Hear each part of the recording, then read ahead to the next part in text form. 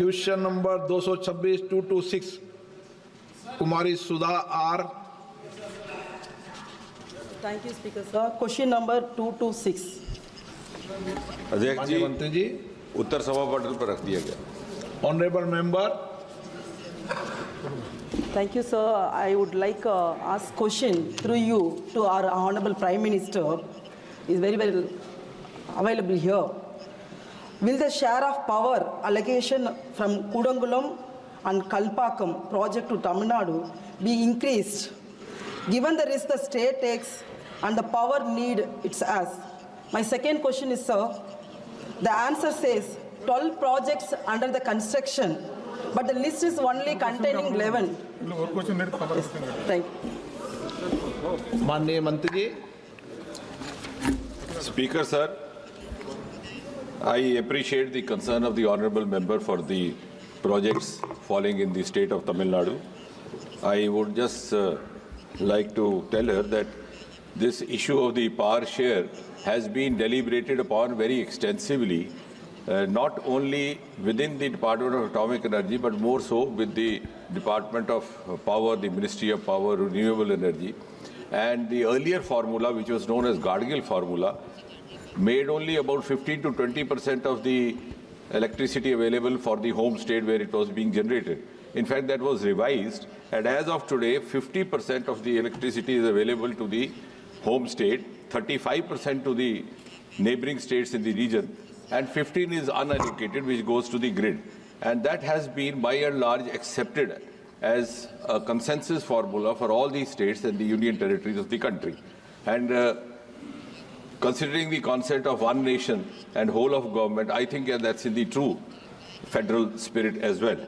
Now, as far as the second part is concerned, it is just that one of the projects has been on hold in Rawalpeta, so that's why maybe the numerical difference that she is pointing out is there. But overall, she would be glad to know that Kundakalam is one project which had been envisaged somewhere around 1990. It was repeatedly... Honorable Mani Sadesh, please. It was repeatedly visited, revisited, but it was only after 2014, when Prime Minister Modi ji took over, that it has been made functional.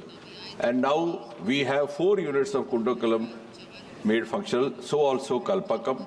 And the unique features of all these power generation capacities is that over the last 10 years, because I'm not speaking on my behalf, I'm speaking through the figures and through the statistics. In 2014, when this government came, the total power generation capacity of India was 4,780 megawatts, which has almost doubled now. In 2024, it is 8,8,180.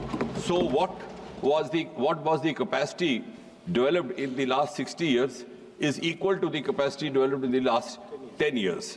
Not only so, if we proceed by the same pace, our future projections reflect that by 2031-32, this generation capacity would increase 3 times from today, equal to 22,480 megawatt, and therefore this has been possible because we had the talent, we had the equipment, we had the capacity. But what was lacking perhaps was the enabling milieu, which is provided by the political leadership, and that happened after 2014.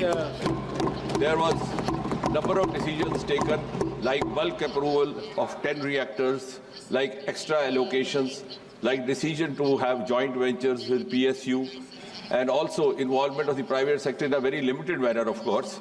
But all this has, and we have diversified, not only confined atomic energy to generation of the energy, but as Homi Baba rightly pointed out at the time of inception, that India's nuclear program will be dedicated to peaceful purposes, because at that time there was some controversy. Hiroshima had just happened, and today we are living up to that vindication under the leadership of Prime Minister Modi. Atomic energy is being extensively utilized in agriculture sector. Even for mutagenesis, we have produced 70 mutagenic crops with the intervention from atomic energy. We have fortified foods. In health sector, we are among the first in the world to have come up with a new set of series of isotopes which are being used in the treatment of cancer. And similarly, in the defense sector, through the atomic energy processes, we have come out with cost-effective, lightweight, bulletproof jackets. These are just a few examples, otherwise it will go on for the whole day. Honorable Member Supplementary. Sir, my second question is, the answer says 12 projects under the construction, but listed only 11 projects. Which is the 12th project? And kindly provide the project-wise completion date. Thank you.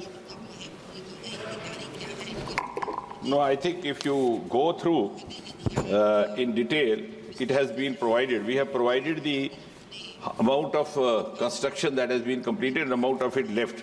The exact date lines don't happen because sometimes in the process of the construction of the project, some of the imponderables come in. Sometimes we are expanding, there are land acquisition issues, sometimes there are forest clearance issues, sometimes the equipment is to be procured from another country.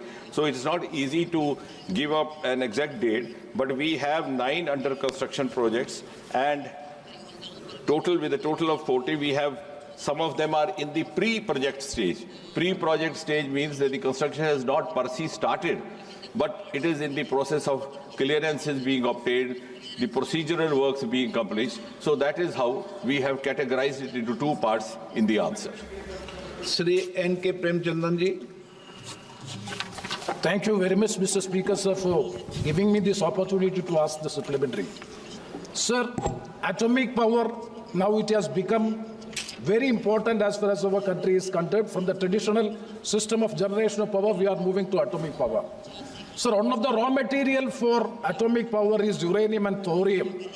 And this is derived from monazite. And our country, especially in the state of Kerala, in beach sand minerals, we are having abundant availability of the monazite. But unfortunately, the monazite, which is abundantly available in the coastal area, we have derived it, Indian rare earth is there, but unfortunately, it is not being utilized properly. So I would like to know from the Honorable Minister, even the IRA Indian Rare Earth Limited, there is no value addition expansion project that is a mother plant, it is in my constituency, Chavara, IRA Limited.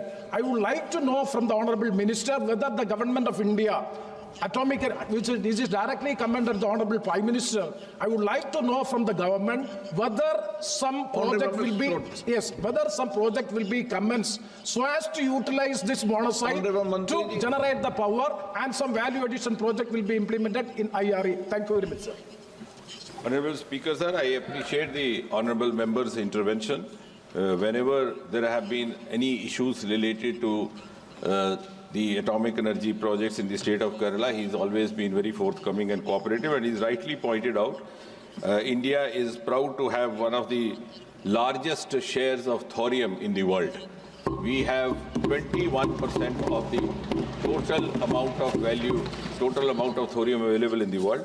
And he's also rightly pointed out that monazite is the mineral from where it is extracted. Now, monazite, sorry. So monazite is one of those beach minerals. Earlier we also confronted the issues of pilferage happening because some of the business houses would obtain permission to extract some other mineral and clandestinely also indulge in this. So that also, with the support of the honourable member, has been taken care of. Now, as he's rightly pointed out, we are gradually moving in that direction, and I think one of our indigenous projects called Bhavani would make use of that, and that would be an experiment from which, learning from the experience of which, we will move on, and certainly that will also reduce our dependence on uranium or also on the other materials to be obtained from the other countries.